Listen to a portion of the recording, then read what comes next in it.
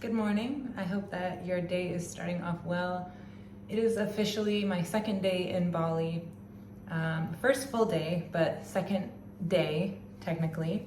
And it's already started off well. This morning I was having trouble sleeping. I woke up on and off starting at about 2:30 in the morning.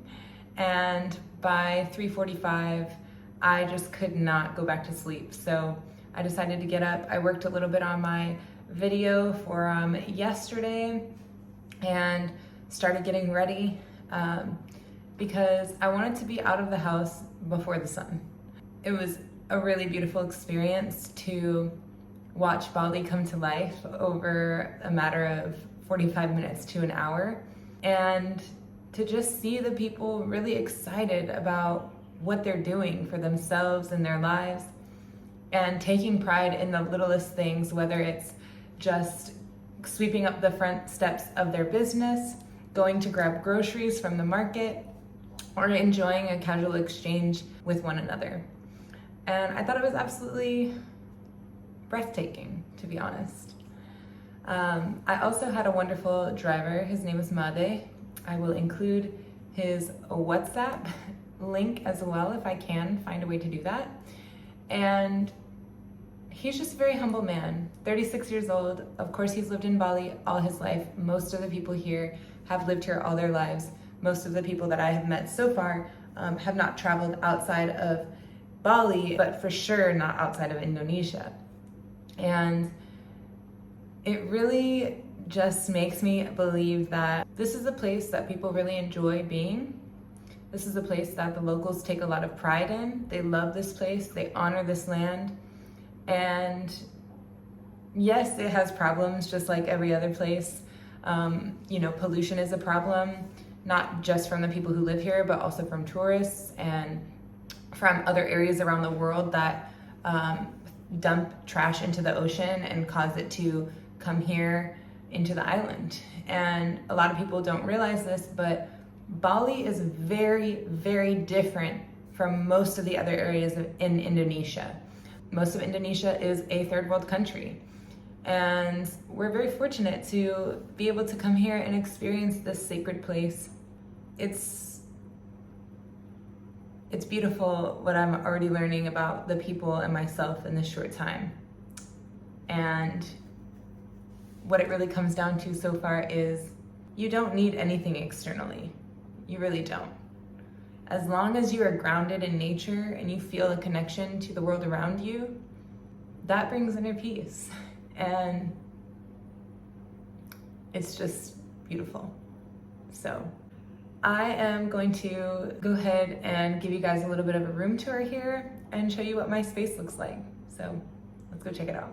Okay, so before we even get into the room, I just want to show you a little bit about the entryway and the common areas here. So this is the elevator that you'll come up to when you first enter the villa, or you can use the stairs if you'd like. When you arrive in, the first thing that you'll see is going to be a bookshelf and a table filled with offerings for the guests to come and observe and utilize. So many great books here, some statues of some of the Hindu gods and their daily offering to the gods, which I think is also absolutely phenomenal. This patio has a lot of lush greenery, and it just seems so serene to come out here and enjoy this space. And this is my room right here. Let's go ahead and go inside. And also, I just want to let people know I'm wearing a wedding ring, so that way people think I'm married while I'm here. Little travel tip, always wear a wedding band when you're traveling solo. Quick shout out to my ex-husband. This is actually my old wedding ring. Shout out to Odie. We walk in, and the first thing that we're greeted with is our living space. Cute little TV here. I've clearly taken the time to set up my array of dance heels. And then to the right, a really quaint and humble little sofa area, which I absolutely love. Then you have this cute little side table and your kitchen space. Kitchen space will probably not be utilized much because it is tradition in Bali to eat out as much as possible. And so I plan on doing that and having other people cook for me during this time. And then it's got a great little workspace here for me to utilize, a fridge and storage. As you can tell, I've used this for my luggage area, and comes with a nice little space for any other miscellaneous things you might have. Next, we're gonna move on into the bedroom. The bedroom is super simple and very quaint. A cute little bed, 2 little side tables with lights, and then nice blank white walls, which are gonna be great for me to create content. I also love that these windows are made out of the frosted glass cubes, so that way you have some privacy. And then we have our closet space here, a nice little closet.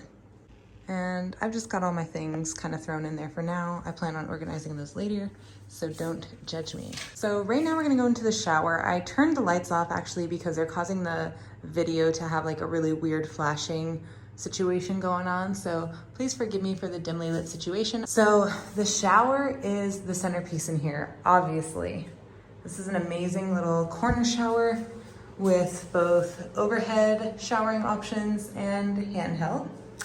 And then of course you have your toilet and your rack for your towels. And then last but not least, you have an amazing mirrored space with these sleek concrete counters. I just love the concrete aesthetic. It makes everything dry super quick.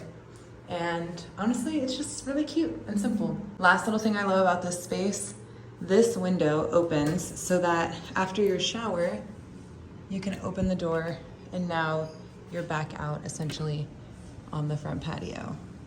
So that's my space in Bali. I'm really excited to show you how I spend day number 2.